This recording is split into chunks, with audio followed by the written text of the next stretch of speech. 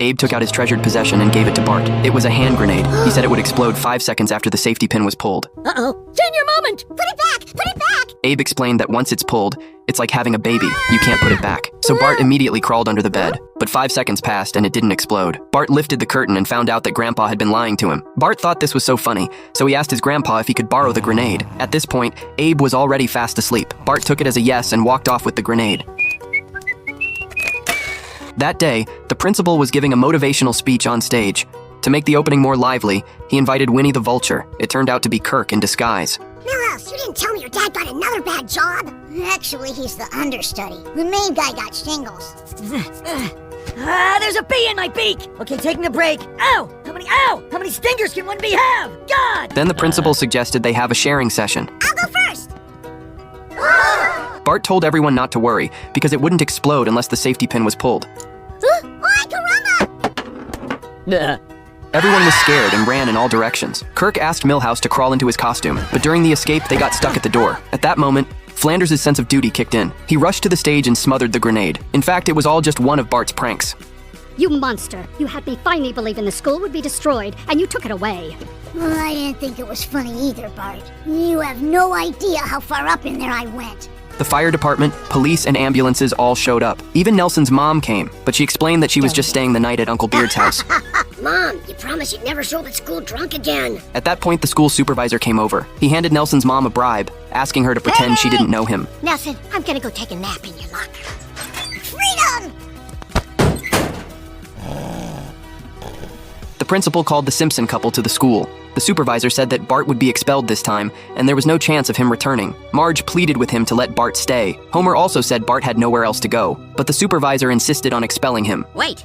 That's when Flanders stepped forward and said he could reform Bart. He would tutor him after school, and also teach him how to pray. Oh, God, you're one of those. Dear Lord. Don't kneel, we're in a public school! Sir, we're up to 205 verified prayers. Do you really want me to give them your office number?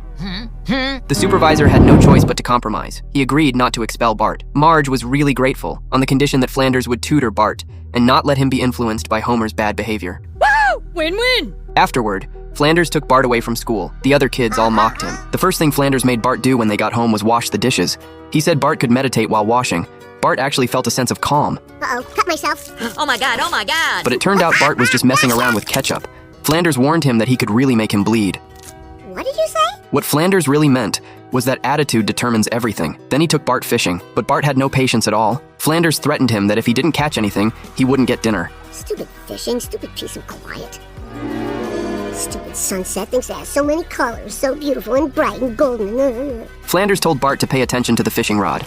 Then a fish bit the hook. He told Bart not to get too excited and explained that the fish had to be gutted before it could be eaten. First, he taught Bart how to start a fire. Bart asked what to use to start the fire, so Flanders showed him the method of fire starting by rubbing sticks. Your turn. Bart tried for a long time but couldn't get the fire started. He complained that Flanders was abusing child labor. Just then, the fire suddenly caught. Ay, caramba!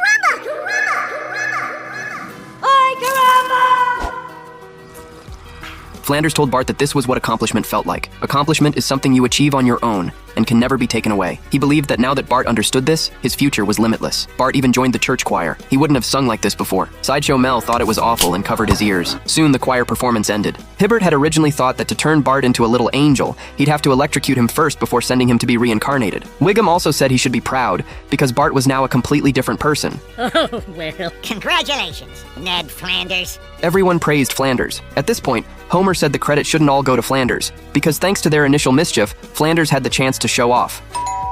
Homer and Marge came to thank Flanders. Flanders felt they were being too polite, but Homer still handed him something. Flanders had been secretly laughing under his beard. What?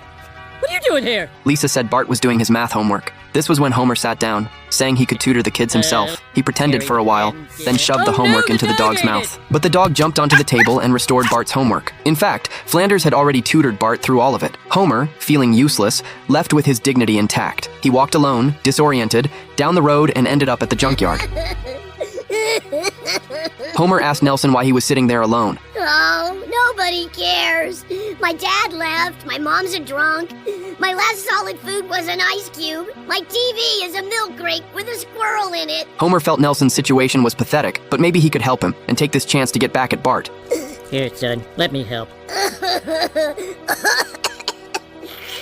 Okay, enough snot.